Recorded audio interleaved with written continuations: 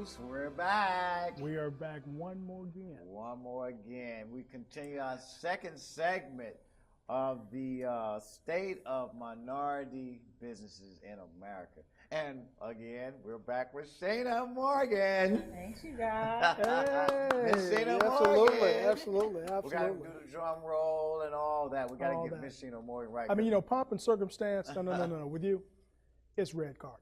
Oh, red carpet. Okay, yeah. Absolutely. We're talking about. Should have had you at the ESPYs last week, though, Sheena. We should have taken you to the ESPYs too. You know, we had Gwen Pazern, our business partner from Orlando, out there at the ESPYs, and also our Chinese business partner, Ying McRae. They both were out there on the red carpet. No, hold up. Tracy dogged me out because I was on the red carpet. T-Mac tried to shoot me some real bad footage. But you know what, though? He's so accustomed to being in venues like that and occasions like that. Yeah. He's just mad because his boy got out there on the red carpet. You know what? I was like, Mac, don't forget, I was there for you, bro. Share a piece. Share a piece. No, but it is good to be back. Yeah, man, always good to be back. And now to continue our second side of the state of minority business, man, this is an interesting topic. Very interesting, right? You've seen a whole lot of businesses, too, come through your pipeline trying to get into corporate America. So, Sheena, man, let's talk about what you're doing today, though, with Lengo, CEO of Lengo. Let's talk about that again, though. Yes, well, I decided to take that jump. That's right. Millions of other entrepreneurs, and Lengo is a business consultancy suite. So we specialize in competitive business plan development. Yep. We also specialize in creating that value-added proposition for minority-owned small businesses, and we try and take that and put it into that business plan. So when they're looking for investorship, they're educated, they're informed, and they're now empowered to go out and actually speak intelligently about the position of their company in the market. Wow. Well, that's why we look like so forward to partnering with people like you with Lengo, because PN was built on the same premises. We've got to educate. We got to educate, minority businesses on how to get to the next level, because they got to have a business plan. Yes. They got to have a PPM. They got to have a succession plan. Yes. Hello. You got to have key man insurance. You got to have audited financials. Sometimes an audit review, But then, you need all the other, other components, marketing, advertising, social media. Social media is huge. If companies don't have social media today, it's kind of hard to stay up, with the times now, in minority business as well. One of the questions that continually comes up, especially when you're talking about small enterprises, is how do I add a level of sophistication to my approach to executing in the marketplace? And I think in the last segment, you were kind of speaking to that in terms of understanding very important data that's associated with not just your company, but to help you discern the opportunities and the trends of your industry and where you fit in the bigger picture of creating that competitive advantage. Right. Speak to a little bit of that, because I think that kind of gets lost in that you're very good at what you do, you're passionate in terms of your product or service, but where do you stand? Exactly. Especially in a market that in some segments is very saturated. There are some segments of this market where you don't even need to think about opening up a business to perform in that area. But, how do you now take this idea that it's now been executed because you're out here and you're doing business, but how do you take that and now become sophisticated to a point where you understand it? One of the things that I always, tell business owners is you need to understand your market and the trends of that market. That takes research and it takes time. And not all the time do business owners want to sit down and put all of that planning into place before they start. Oh, yeah. And they open up their business. So they're sharpening their tools to qualify the business. Yes. But what about quantifying the risk? Because you talked earlier about companies that clearly have a good product, have positioned themselves to seize the opportunity. But one of the mitigants, one of the barriers in the case of those in construction might be bonding. Bonding is always a big problem. Risk component. Yeah. So can you shed a little light on that, as not necessarily just the bonding, but its relevance when looking at all elements of risk that are associated with business, but especially small minority business? Yes. Right. With anything, if you don't have people around you that have the presence and know-how outside of what you do, then you end up in a situation where you're not ready to actually perform. Good. So in the case of the pragmatic partners, which I like to call them, Yes. your team, Yes. those partners need to be individuals that have subject matter expertise in areas of accounting, in areas of finance, in areas, your attorney, along with your bonding agent. So you need to position these people around you so that as you're making moves, as you're planning and wanting to strategically set out the trajectory of the company, you have people around you that can kind of funnel some more information, can help you make those decisions. Right. So you don't end up in a pitfall where you're out of business in 3 years, or you're struggling to keep the doors open because you're not really sure of the future track. Yeah, we see that quite often. We do. I mean, looking at companies around the U.S., we see that quite often, Sheena. It's like, you don't want to be out of business in 3 to 5 or 10 years, or you don't want to be like, can't get to the next level because it's all the things that you didn't do. So all we're trying to do is just enlighten and educate the public, the viewing audience, the listening audience on how these things work. I mean, it's not always easy getting up every morning knowing that, hey, all we got to do is just keep preaching them and trying to not just preach, but practice what we preach, right? That's right. Right. I don't want to take Jesse's thunder because Jesse always got the prayer cloth moments. So I try not to take all of his moments, Well, you know what? This is where we let the guest past. Oh, okay. Well, take over the full. Let's go, people. Let's get this together now. but certainly, humor aside, let's go back to one of the nuggets that you have mentioned a couple of times: competitive advantage. Yes. Let's talk a little bit about two of the key components of that. One being knowing who you are, but being able to gauge how good you are versus the competition. But now knowing who you are as the CEO of your company, or knowing your company and what your company can actually do, that's a difference. Big difference. There's a difference. And I think both of those play into the knowing who you are. Right. Leadership of that organization is going to drive the execution of any plans that are put in place. So as the owner of the company, you've got to know what type of level of risk you are comfortable with. And especially if you are employing people, you have to be secure in the decisions that you're going to make personally, but also for the business. So definitely knowing who you are is a two-pronged component. But additionally, what was the second one? Oh, just where you compare to your industry. Yes, I'm sorry, the competitors. One of the things that we do is a differentiator tool. And it's a technique where we line you up against the competitors and we look at where you fit. And it could be that after looking at how you are compared to those competitors, that's just not the space for you at this time. It's, and I apologize. And I know we always this is kind of unscripted sometimes. Right. So it's kind of like, as an owner, it's hard to tell me I don't fit somewhere when I know that I do fit there. I know my business. I know what I'm doing. I know how to do it. But you don't fit right there. That's hard to accept sometimes, isn't it? Oh, the truth becomes inconvenient. Yeah, absolutely. Absolutely. And it very well could be that you might need to move over 2 or 3 zip codes. You might need to move over to the next state. Move over 2 or 3 zip codes. That's going to cost me some money. It sure is. It sure is. But see, all of that should have been taken care of back here in this planning stage. There we go. Looking at, yes, what type of capital are you going to need to even operate? What resources do you need? And it goes back to all that. Yes. What type of capital do you really need? What you're attracted to, or who's attracted to you? That kind of stuff. So we play devil's advocate quite a bit on the show. Yes, we do. On the PN Global News Show, we do play devil's advocate, and we'll throw some stuff out there to make sure we're going to act just like you, just like the listening audience and the viewing public. We're going to act just like you because we are you. And we're also trying to figure it out. How do I really gain access?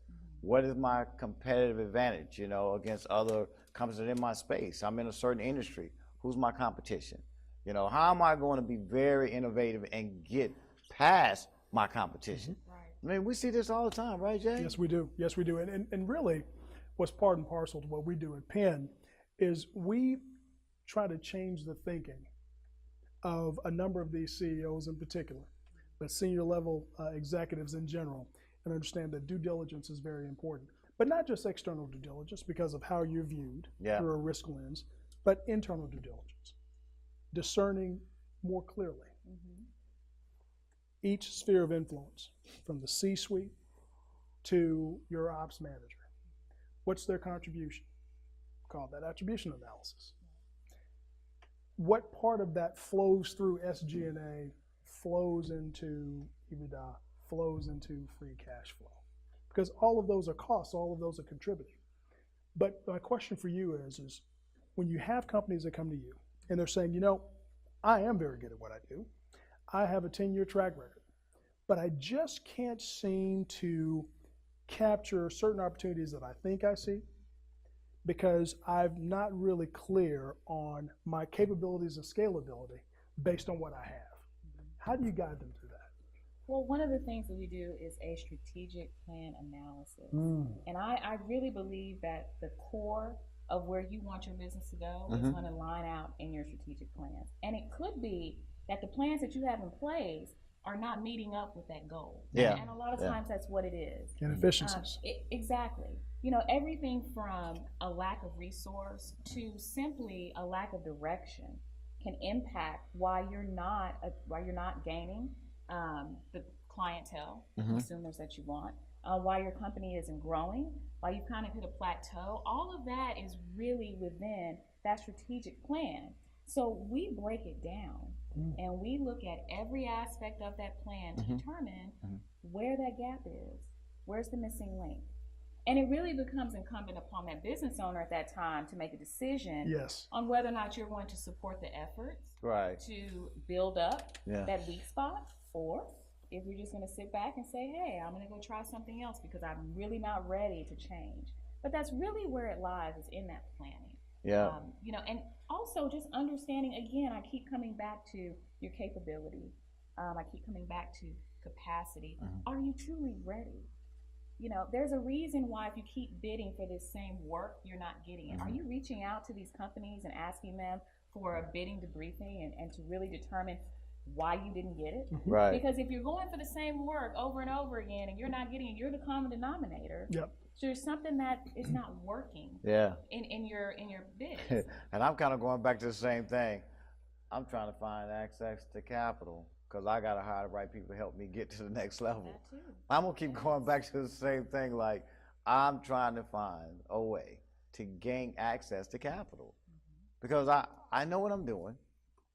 I feel great about my company. I'm really skillful in what I do, but I know I need more people to get to the next level. And in order for me to get to the next level, I got to go get more capital because I don't have enough contracts to support me going to hire 5 more people that I need, or the equipment. You know, if I got to operate equipment and use equipment to get to the next level and I keep falling short, man, I got to find a way to get to the next level. And I think that really goes back to one of the things we talked about earlier was partnering. Partnering, very important. As small business owners, partnering is not always something that they like to do because it means now you're going to get a piece of this pie that could have been all mine. When really the pie was never going to be all yours. It's not going to be all yours anyway. This is where we go urban. They got it twisted. They got it twisted. So take us on out for the break, Jay. Coming back, we're certainly going to get back into more of the statistics associated with identifying the pitfalls in your business and qualifying the opportunities outside your business to help grow your business. This is Penn Global News. Jesse McRae, Rodney Woods, and our special guest for part 2, Sheena Morgan. We'll be back in a minute.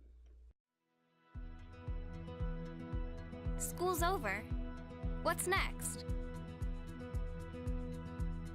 Imagine a place where friendly faces say hello.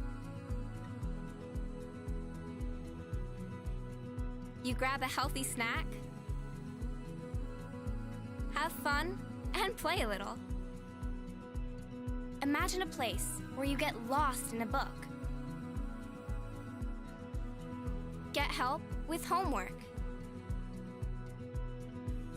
or learn in the computer lab, where you create something cool, kids take the stage. And you get some exercise. Imagine a safe place where you hang out with friends. Your voice matters, and someone's always there to listen. A place where you like spending the afternoon. And you can't wait to tell someone all about it. The club is a fun, positive, and safe place to grow. A place to become anything you dream. Boys and Girls Clubs. Great futures start here. Welcome back, welcome back, welcome back. Before we go, another fuck. Another father? Another fuck. Oh, whoa, okay. I He tell you, did take I- me back too. Before we go to another father. We got to make sure Yes, sir. that we give people the address Absolutely. to where they can find us on the World Wide Web. There you go. Take us there. They need to know, Jay. www.investorswithanS With an S. network.com. So you should get that for sure. It's www.playbook InvestorsWithanS network.com. Network.com. Please go out and view us and see us. You know, call us, talk to us, Facebook us, YouTube, send messages. We'll also have a call-in number here soon so that you know, listening audience and the viewing public can call in to ask questions. And you can also post questions on Facebook anytime, and we'll get back to you on all your questions. We want to try to answer anything that we can answer. Connectivity and If interaction. we don't have the answer, we got subject matter experts like Sheena that we can refer to get you a answer. That's right? Welcome back. We're having a great segment. We're getting into some of the things that are part and parcel to clarity with regard to the state of minority business Yeah. internally Yes. in this segment. And we do mean state of minority business today. Today. You know, we can't keep going backwards. It's time to go Today. forward today. The Today. state of minority business today and the economy today. And one of the things that we want to make sure that we continue to cover is emphasizing the importance of these CEOs to really take an objective but critical view of their own business, their capabilities, their inefficiencies, scalability or lack thereof, Yeah. all to prepare them or better position them to take advantage of the many opportunities outside of their business to help grow their business. Question. So getting back to the scenario, I'm very good at what I do. I've got a 10-year track record. Yep. I followed your advice from the last show, and I hired me some subject matter experts. There you go. So, Last show, right? hey, my SG&A just went up 15%. I had all this overhead. I'm bordering on too many chiefs and not enough Indians, but I'm gonna follow your advice. But all humor aside, when we consider competitive advantage, what are some of these specific considerations or data points that as a CEO or senior level executive, we need to keep our eye on? What are some of those things when we look at the business internally? Well, I mean, of course, internally, your finances are going to be key. Yeah.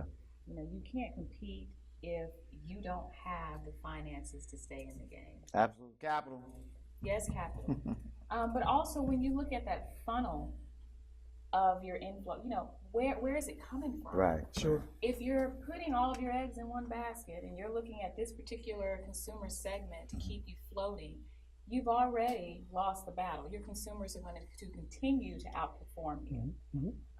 The other thing you need to look at is also, you know, your overhead. I see a lot of small business owners, they start out and they go get a brick and mortar, you know, operation. They can't afford that. They hire on people that they can't really afford to pay. And you end up really in the red from the start. From start, yeah. So it's being smart about how you come out financially to start your business, I think is key when you're looking at competitive advantage. Okay. Also, when you're looking at competitive advantage, you know, one of the things that we talk about a lot is innovation. And sometimes we like to come up with the brand new thing instead of looking at what's already out there and how you can just innovate on make that it and better. Refine it. Make Yes, it better. refine it. That's how a lot of your major corporations have started and continue to be major corporations. Yeah, we know that all too well. Yeah. I mean, especially if you look at the Amazon and Walmart war. Yeah. Amazon with their Prime Day shipping. Yep. And now you see the trends with Walmart and all of these other big box stores that are trying to beat that model. They're trying to innovate on it and make it better. In small business, it's the same thing. You don't necessarily have to go out and create the wheel. Although innovation is important It in is. its purest form. Yes, it is. But we're talking about bringing an innovative idea Exactly. to a mature process. Exactly. Got it. And that can, in some aspects, create a competitive advantage for you. And then the niche markets, trying to find a gap, trying to find an area that you fit in that nobody else is in. That's a huge competitive advantage. We know that very well. You got to get in those niches. But it's funny though when you talk about certain things, even with the process side. Remember way back when we were doing the shows in Houston, and we had Gwen Mitchell. Yes. Gwen was on the show, and we were talking about process improvement. Yes. A lot of companies don't understand the process flow internal to understand how to be innovative, to do more things and stuff like that. So when we start talking about the state of minority business today, it's a lot of things that we got to cover. And we may not have a whole lot of time to cover it today. We'll get to it every week until we get it into your brain. We'll get it into your mindset or your thoughts. But putting some of the stuff to action. But process improvement, that's important in your business. You gotta know how to manage that process flow inside your company to get to that next level too. So it's so many variables. I think probably is a good thing for us just knowing today, talking about the state of minority business. Let's just kind of go from the beginning. Let's go from the beginning. Back to the roots. Let's go back to the roots. If we got a business and we're trying to scale and grow that business, what do we need to do effective to get this to the next level? Let's just kind of go from there. Those fundamentals. Fundamentals. Your function, understanding, and your network. Those are the three things that you need to be looking at. Okay. You've got to pull the function out. What is your business going to do? Yep. What are those processes? Are any of those processes contingent upon one another in order for your company to be successful? Absolutely. You've got to make sure that you understand if there are any compliance issues. We get into business sometimes and we don't even know what type of licenses, permits, certifications we might need. We always talk about mitigating missteps. Yeah, That's a just big big misstep. on mitigating missteps and that. compliances. He'll be on, hey, we're complying with this. Exactly. Absolutely, it's key. And it's not just the technical compliance, but it's that managerial compliance. Yes. Making sure that you understand your taxation matters. Because it's going to vary based on the type of business that you're opening. Right. So that's kind of that function piece that they need to look at, and then understanding just what is the purpose of the business? What's your vision? What's your mission? Let's get down to the nuts and bolts of what this company is supposed to do. And you need to clearly understand that because everything after that is going to drive that mission and hopefully get you to the vision that you've set out for. So that understanding, what type of people are you going to have to hire? What type of capabilities do they need to have? And are those people accessible to you where you are? And at what price point? Exactly. How much is that talent going to cost? Exactly. Yeah. So that's some of the things that you need to understand. Yeah. And then the network. I've mentioned the pragmatic partners. You said the network, right? Yes, the network. The network. The network, the pragmatic partners right here, okay? You got to get out there in that network, That's baby. right, You got to get out there and get in that network. Yes, you do. I don't think a lot of businesses, you're going to be successful, because you're a skill set person and you're going to continue to try to grow your business. But you got to get out in the network. You got to get out. You got to get out in that network and make that thing happen. And you need to be strategic about who you align yourself with. Right. I'm one that I'll tell you in a minute. I don't go to everything with everybody. Because if it does not fit the role of my business, the mission of my business, there's no point in me expending the time, the money, and my resources to be there. So you have to understand what fits your company. Yeah, and we're glad, Sheena, that you spending time with us. Yes, indeed. And PN Global Yes, News. indeed. Yes, indeed. Because we know that's the one thing she can't get back. We're glad because I know your time is precious. Yes, it so is. Yes, it we are is. so happy that Sheena Morgan is spending time with us here today at PN Global News. The thing about Sheena, she don't take coupons. No. She don't take coupons. Our logo is green, and I'm not going to take anybody way back to the days of S&H green stamps and the green coupons. Come on, man, stop all that, man. We don't have any S&H green coupons. stamps. We don't have any coupons for you to clip. Just a dating symbol over here. Nothing to pull back, but in keeping with sort of this subject, we're going to transition it just a bit. Because as Rodney likes to say, we like to play devil's advocate. So, Oh, yeah, we do. Okay. Let's do this now. Going back to the beginning, I'm good at what I do. I got a 10-year track record. I followed your advice and I hired all these execs. I have cleaned out all the inefficiencies in my business. I even got bonding. Oh, hello. Brother got some bonding now, boy. So I got bonding, okay? But now, as I look out in the marketplace, and I'm trying to understand where I fit, and I'm trying to measure myself versus the perceived competition versus the opportunity that I see. Now, what are some of the key considerations for seizing that? And oh, by the way, I just got an infusion of capital. Okay. So now it's execution time. Execution. Okay, it's execution time now because I got the money, I articulated the business plan, I substantiated it with documentation. There you go. Okay, I talked to my investors about how I'm going to balance the fulcrum between assets and liabilities, and now I'm ready to put, as Rodney likes to say, boots on the ground. Boots on the ground. So what are some of the key considerations as we get ready to execute and seize those opportunities while also being mindful of the competition? Okay. Well, with everything that's in your toolbox, you've done the work. The question now is, can you actually perform on that opportunity that you're going after? Wow. There you That's go. the question. You Because as you all know, minority business owners, there are some very equipped ones out there. Very good. That can, they can handle some of the big boys that are in this And game. turn on the dime and get it done. Yeah. Very agile. Exactly. Yeah. So now it's determining, well, can I actually perform on that? And the other thing is, are they actually going to give me a chance? Because not all the time is it the inefficiency of the MBE or the WBE. It really sometimes is that decision maker determining whether or not they're going to give you that opportunity. Yeah. Or they're going to tell you, well, I need you to come in with a partner. And you know what? You can't be mad at that, though. You can't. Can't be mad at it because sometimes that's seizing the big O opportunity. Yes. And sometimes, and I've seen Toyota, prime example, do it over and over and again and again, because they want to give you this $300-400 million contract. We believe in your business, Jesse. Like you said, you got money now, you hired the right people. We believe you scale, but we can't take a chance on letting you have this tire and wheel assembly. That's a $700-800 million contract, and you fail. You fail on our Lexus vehicle that just came out. We can't take that chance. So how about we put you in one of our partner companies? One of our big companies, maybe Toyota Show, $60 billion company, but you're going to be a partner to them.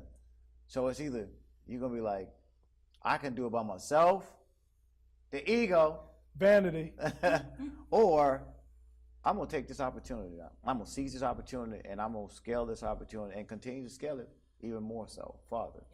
So you have to, it's up to you as an owner. And that's what I've seen. It's up to you. Even in corporate. Yeah.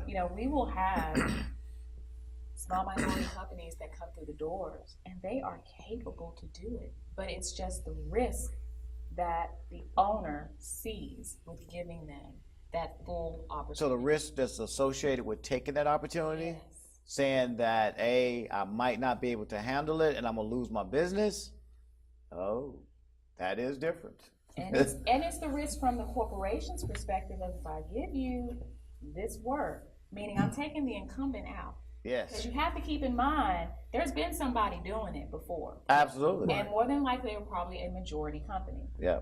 So now I'm going to give you this opportunity, but there's a lot of risk associated because I don't know how you will perform on this project. You've got a great track record. You've got the 10 years. You know, you've done well, you've got your capital, you've hired all these Great experts. pedigree. Right. Yeah. But I still don't know if you're going to be able to perform. Mm-hmm. So in order to... That's fair. That's right. That's fair. And as minority owners, we have to be ready for that conversation. Sure. And have to understand that it might be that first opportunity where we're bringing someone in with us. But it doesn't necessarily mean that's every opportunity after that. No, because you can stand alone. You can stand on your own feet now. You've probably done it well, done a great job, excel past what they thought you could do, and you got innovative too. And now you've built some competitive advantage with this particular corporation. You've got something else to put in your portfolio to set you apart from the rest of your competition. Yeah. No, very important. Last question as we're leading into the break. Yeah, we're gonna have to take that break though. I gotta hold on to it. You gotta hold on to that one, Jesse. I'm gonna have to make Jesse hold on to it. I know that's tough right now. I'm gonna pop. But we're gonna come back here at PN Global News. I'm Rodney Woods. We got Sheena Morgan from Lengo and my business partner Jesse McRae. So we'll come back after the break. Marie, you have prediabetes. Prediabetes? I don't have time to eat right or exercise. I'm a busy mom. Oh, you're a busy mom. Yeah. This is great news. Busy moms never get prediabetes. Wait, what? Let me just... Yeah, this is all the people at risk for prediabetes, and way over here, busy moms. No?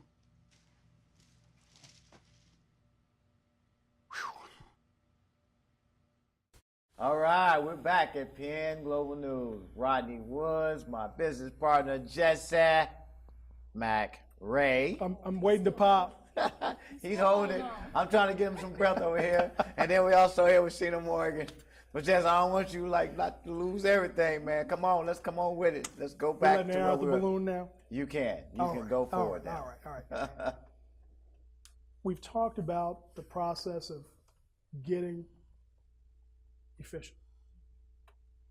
We've talked about the process of assessing our weaknesses, shoring those up, and now we're at the point of opportunity. And now you've taken some of the wind out of my sails, okay? By giving me the indication that I've got to go in with a partner. Yeah. So I came in with ambition, and now I see a barrier. But really, it's an opportunity, isn't it? Opportunity. So here's the question. I'm going into this opportunity. I want to seize it. There's an institutional commitment to help me seize it with certain parameters, a partner. How important is it to understand that impact on my business, or said differently, what the ask now becomes? Because I went in thinking that this was going to be a $100 million contract. Right. To me. Yeah. And now I come to the inconvenient truth, because this person had the unmitigated gall. Come on with to it, man. tell me, bring it on, bro. out Come of on. all the investment that I've made, that this is no longer a $100 million opportunity. Absolutely not. It's probably going to be less. Yes. So how important is it to be able to be savvy and to adjust my ask? Because I'm still committing the same resources. Exactly. So how important is that? Well, now your focus shifts to this potential partner. Yeah. So now is when the negotiation with this potential partner needs to happen. Got it. And you all have heard about joint venturing. We know. Okay. JVs. Now, I kind of enjoy joint ventures simply because it is a formalized agreement. So you are forming this company to come in on this particular opportunity. Okay. But I'm going to play devil's advocate. Yes, you are. Yes, I am. I'm going to play devil's advocate on this one. But go ahead. But so that might be one avenue. That's one. That is you one might wanna avenue, look at. right? But Okay. even within a partnership or a joint venture, I don't necessarily look at it as how everybody else would. They would assume that because you're the minority business, you're going to receive the lower percentage Right. of that partnership. Because remember, you were the one that they were going to give the work to. Agreed. So I think you now have the leverage to ask really whatever it is that you desire out of this partnership, because they're going to move this incumbent out. You're going to have to go out and find somebody to partner with.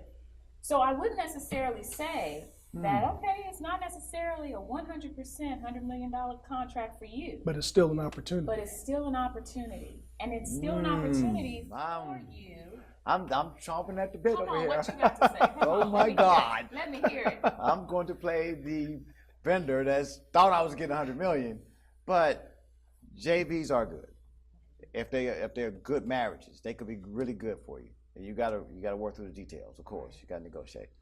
But strategic partners are sometimes better because in a JV, it's bonding too. But that's a hard marriage to get out of when things go wrong. Now, I've seen this at the corporate level several times, not, calling the companies or the major corporations, but we've seen a lot of joint ventures that didn't work. They put them together because they thought that just would be good to work with this tier 1 supplier over here, and it just didn't work. Their personalities didn't work, the money's not working, subs not getting paid on time, as you've seen time and time again. So joint ventures are not always the best, but I'm saying, yes, that's something that, some suppliers should do joint ventures, but make sure it's a good marriage. I mean, and I shouldn't say it like that because that's wrong too. You just got to work at it. You got to work at any relationship anyway, no matter what it is. You got to work at the relationship, from a business standpoint anyway. But I like strategic partners. It's easier to get out of that strategic partnership than it is to get out of that joint venture partnership. So I do like strategic partnerships, and the same principles apply. You got to work at the same relationship. Make sure everybody's executing, make sure money's being divided the way it's supposed to be divided. Getting your shares on time. But if you can do a strategic partnership, I just like it better. It's easier if you have to separate, and you disperse this thing and they get theirs and you keep moving. But you keep your companies, growing. Joint ventures, I've seen a lot of joint ventures take companies out. Oh, yeah. That's a scary thing too. When you get into a JV, it can take you out if you don't know it and you don't have the resources or the capital to fight that whole little breakup relationship. So it's tough, but I'm not saying don't do it. I'm never gonna say that. I'm just playing devil's advocate, saying, hey, I do like strategic partnerships. We like to have you as our strategic partner because we don't want you to get so big down the line and just divorce us, right? So you know what? Lengo be so big. Your platform too small. Right. She gonna divorce Penn. Right. I got more capacity than your whole ecosystem. Right. So, but no, we want all of our strategic partners to grow and scale with us across all 50 states and to also bleed in international markets. So we set up, innovative-wise, we set up totally different than most companies, true. But here again, it's just looking at the outside of minority businesses today. Joint ventures are good, strategic partnerships are good, or just working relationships as a whole is good. And then sometimes you just gonna come together as a company. So let's not leave that out. Sometimes you're gonna form a whole nother company and you guys are gonna be in that one company working together too. So that happens. And I think that should happen quite a bit with a lot of minority businesses. And that's key. It's the partnering. Yeah. Every other segment of minority business, and I'm just going to say this, outside of the Black minority owners, does it very well. They know how to partner. Outside of hold on, make sure we get that right. Yeah. Did y'all get that? I said it. Oh, and Sheena. I have spoken Sheena Morgan. many times. No, you're right. I've said it many times. We have to be willing to partner with each other. Absolutely. If you look at these large construction projects, the Horseshoe and all these big projects here in Dallas, they're teams. And these same teams come together every time. And these $1 billion. Whoa, Lord have mercy. Let me sit back on my stool here and just stew. Yes, because it's a business decision. Very much so. It's not an emotional decision. But you know what? For us, it's emotional. It is, and that's the problem. That's the problem. Yo, I'm gonna say it too. I'm Rodney Woods at PN Global News. I'm gonna say it. Now, it's quit being emotional and partner. Quit being emotional and partner sometimes. You got a partner. That's my partner right here. Jesse McRae, Tracy McGrady, Gwen Pacern, Wesley Barnett. Those are our partners. Yes, they are. Right? Yes. But you got to get away from the emotion. Yeah. Sometimes if you really want to be a good, qualified business, right? We've done an effective job, I think, of really compartmentalizing the fundamentals from the technicals. Yes. I learned lessons with Jesse. And we say that is because, as we were saying earlier prior to the broadcast, is unless you're playing with the inputs to get the outcome that you want, the numbers will never lie to you. They shouldn't. Exactly. Yeah. Well, it's the same thing fundamentally. Unless you're putting on a facade and there really isn't the collective buy-in to build this culture that you're calling your brand, then you should realize that outgrowth of your vision, that is this consistent, cohesive, productive, profitable enterprise. Yep. Yes. But I've got one more question. Uh-oh. Boy, Here he comes with his that's question. right. You got to watch that, Mac. Here's the thing, because it's a recurring story. And that is, I'm very good at what I do. I have a 10-year track record. I've gone out and borrowed the money. I've made an investment in people, processes, and I'm at the table. The ask has changed.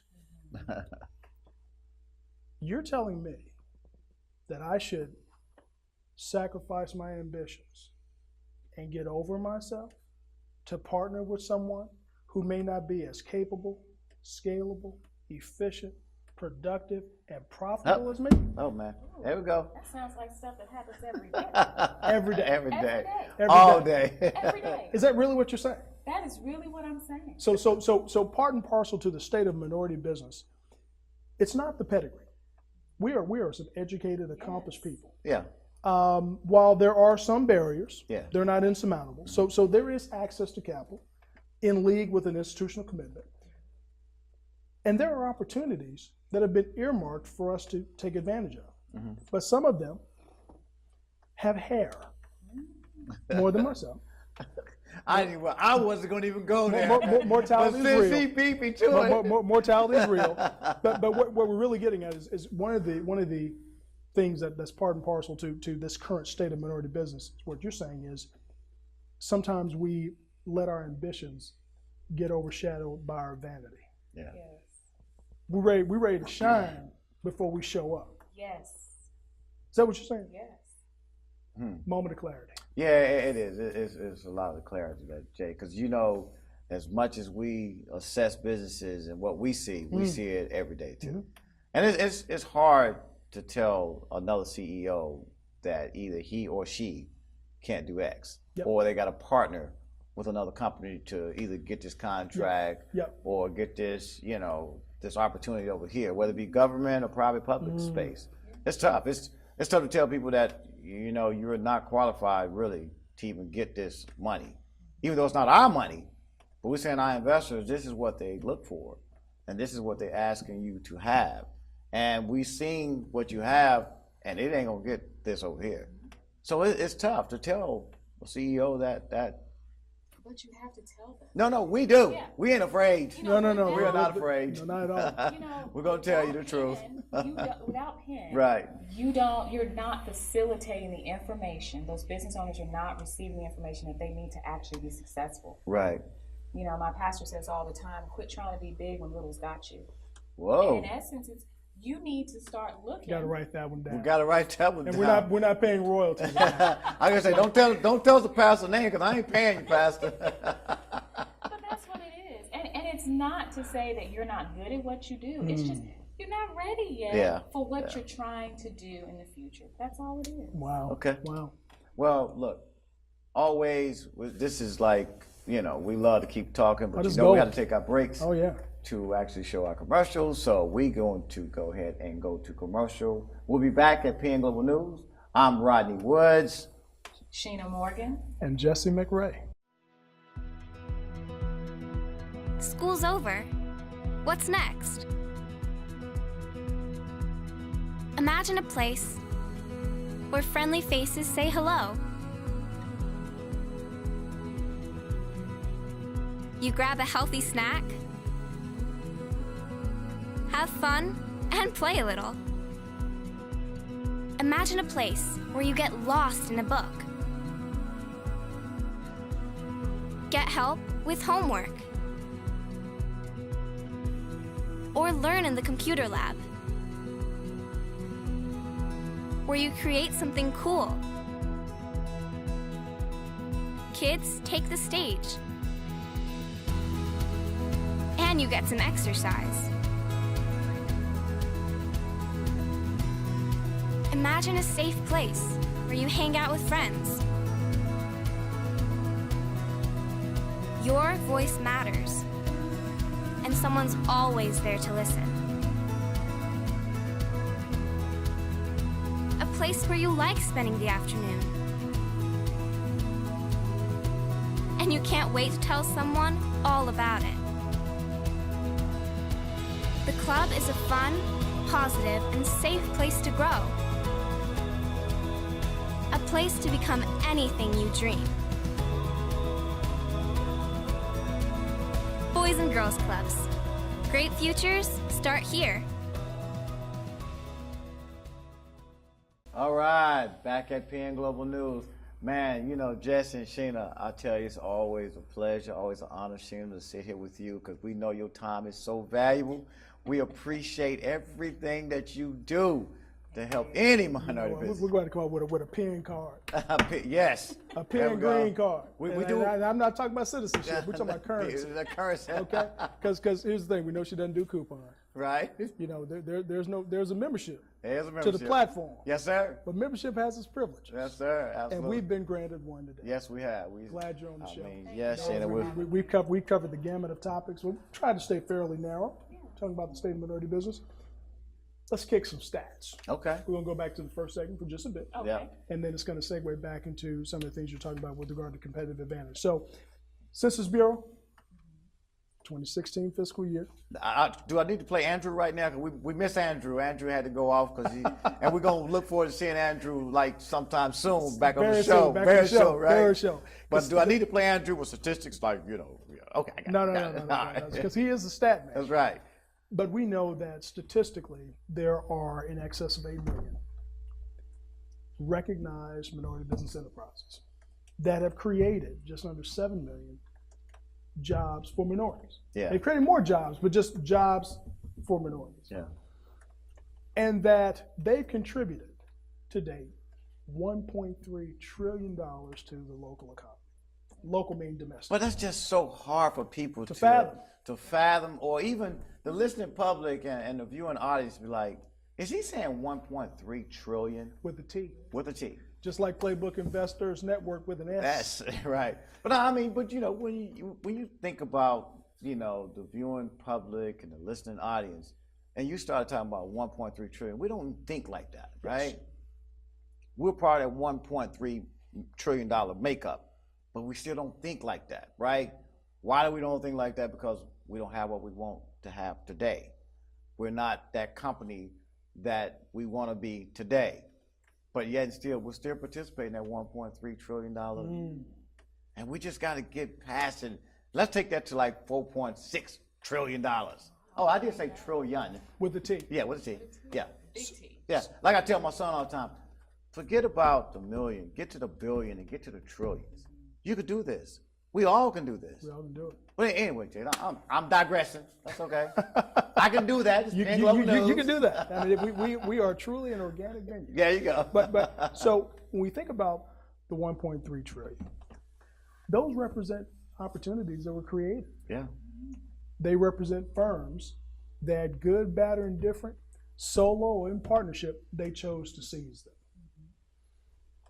But when we sum this up and we really start to bring this back full circle, it sounds like that we got here as a CEO, as a senior level executive, as an operations manager, understanding who we are as a business, understanding the importance of data, internal and external, a willingness to seize opportunity, to make ourselves more efficient internally, to grow externally. Mm-hmm.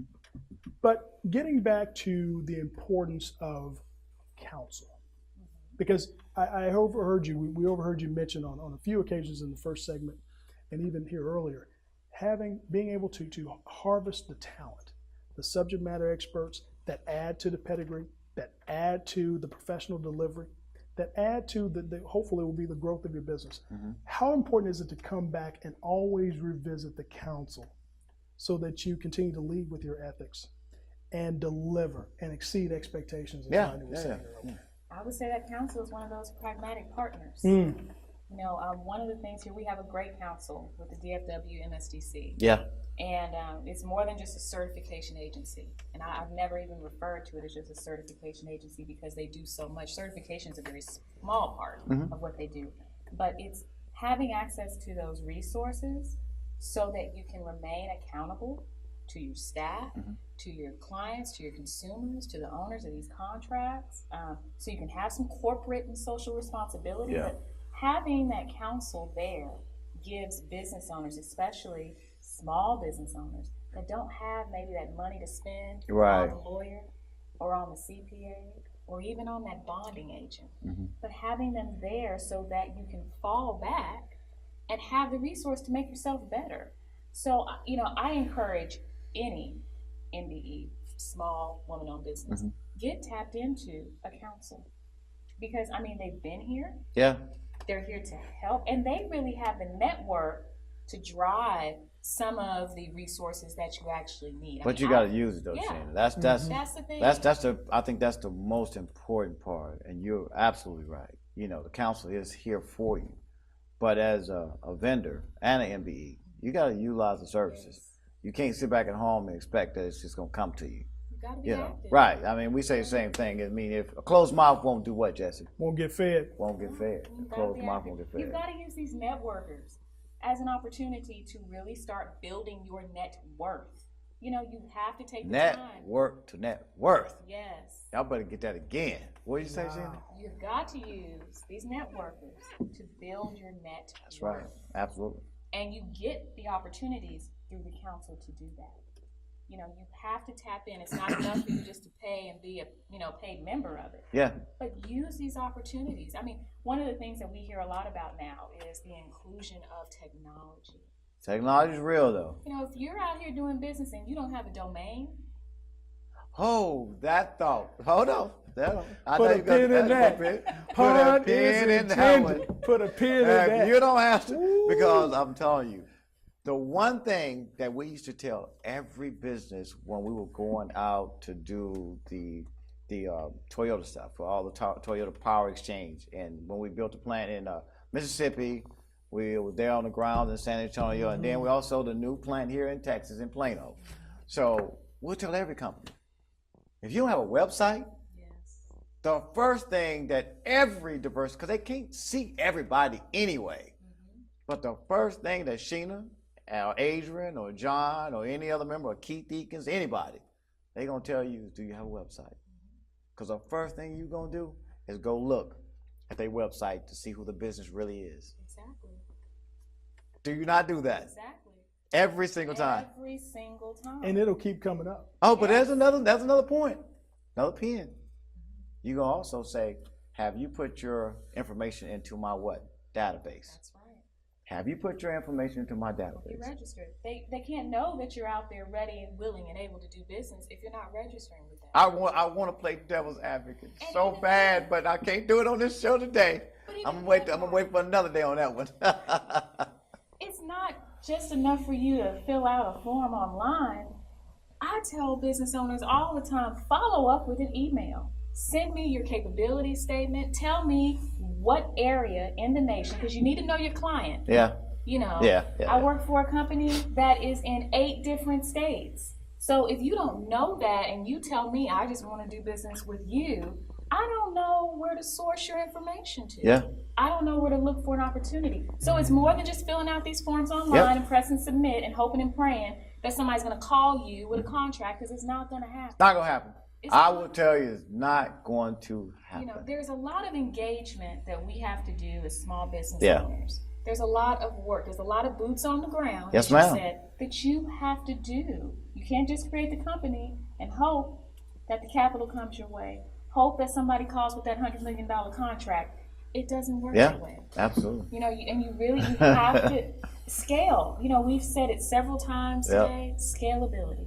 Know that when you open up your business, you are not going to be one of those folks, and there are some lucky ones out there, that they get that big lucrative contract the first time. Yeah, we take luck That too. doesn't happen all the time. Absolutely. You Very gotta true. be realistic about it. Yeah, absolutely. We understood, like, when we were out, searching for opportunities and building Playbook Investors Network, we had to speak, we had to talk, we had to get out and network, and we met, good partners. Of course, like I say, one of our best partners who we truly, truly missed, here in Jackson. We got a chance to be with Henry, travel with Henry, meet other people through Henry's network, the whole nine, and then, through our business partner with T-Mac, with Tracy, the famous T-Mac, the Hall of Famer T-Mac, Tracy McRae. When we were with Tracy, Tracy's a star. And through his network, you meet so many people, just so many people, and you gotta talk. You gotta tell them what you do. You gotta also ask, there's an ask sometimes depending on what you're asking for, but you can't be afraid of that.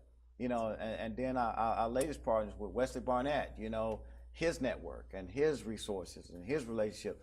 But but our strongest right now, our newest investor who's making all this happen, Gwen Purcell, her network and her value. We had to learn. We got to go through networks, and we got to be able to talk. You got to be able to ask. You got to be able to talk about your business, what you do, how you do it. And if you get money, you got to be able to explain how you're going to actually return that money. That's right. To that investor. Because, go ahead, Jay. No, I was going to say, because investors, they have exposure. Yeah. They're not new to this. And as I read on the internet one time, real eyes, real lies, real lies. I love that one, Jay. Come on. Okay. Go on back with that again. Hey, look, you need to speak up on that one. Yeah. Make sure that everybody hear what you're saying, because that's a good one right there, Jay. Because they're looking at you through a risk lens. Right. They're saying, I know technically that I should be looking at ROC, return on capital, ROI, return on investment. Yeah. And if I'm intricately involved in the business, ROE, return on equity. But the common numerator is return. Yeah. Yes. Okay. So they're seasoned. They've set their filters. They are accustomed to doing a certain level of due diligence. In so doing, realize.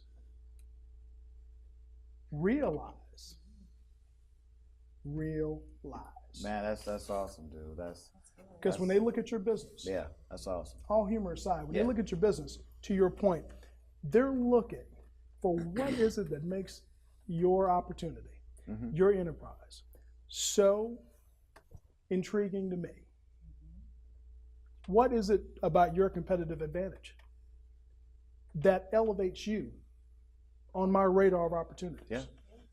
I'm investing in you because I believe in your principles. I believe in your pedigree. I believe in your ethics. Right. I believe in your reputation. I believe in your brand. Well, I'm going to throw that prayer cloth at you. Watch out, boy. I believe in your track record of execution. I believe in your willingness to follow the lead of Playbook Investors Network or your own, but you've done something significant. So realize, be the truth. Yeah. Jesse, we would definitely be remiss without, at least talking about some of the people we've been working with lately. Absolutely. And at least giving our shout outs to them with, Sean Lyles. Sean Lyles in Orlando. And he's working with us on the ground through Miss Gwen. Oh, yeah. Wendell McCain, Frat, up in Carolina. Part of the reason why. Wendell Mack. Yeah. So, we got so many, people that we like to thank all the time, all of our peers, all of our friends, all the people who believe in what we're believing in and what we're doing at Playbook Investors Network and PN Global News. We definitely want to say thank you to all, to all of our family, our friends, our loved ones, and our business people, and also the corporations. Yes. Corporations and the investors that we're institutional commitment is important. Yeah, all the investors that we're contracted with to bring you guys to that investor pool of investors looking for deal flow. Just like you're looking for money, they look for deals. So I want to say thank you so much. We're privileged and honored to be here again on PN Global News. We'll be here every week, Jess said. Every. New digs and all. New digs and all out here, Unify in Frisco, Texas. Frisco, Texas. Yes, sir. Not Plano. Not Plano, Texas. We're in Frisco, Texas. Frisco, Texas, right? Comma TX. But we're so happy to be here. But we'll be back next week at 10 a.m. 10 a.m. 10 a.m. to 11 a.m. every Thursday at PN Global News. View us on Facebook, YouTube, Roku, Twitter, LinkedIn. What else are we on? Anything else? Oh, our website. Get it, Jay. Playbook Investors with an S, network.com. And best of luck to you. Thank you, Sheena, so much. Thank you guys. All right. Appreciate it. All right. Continued success.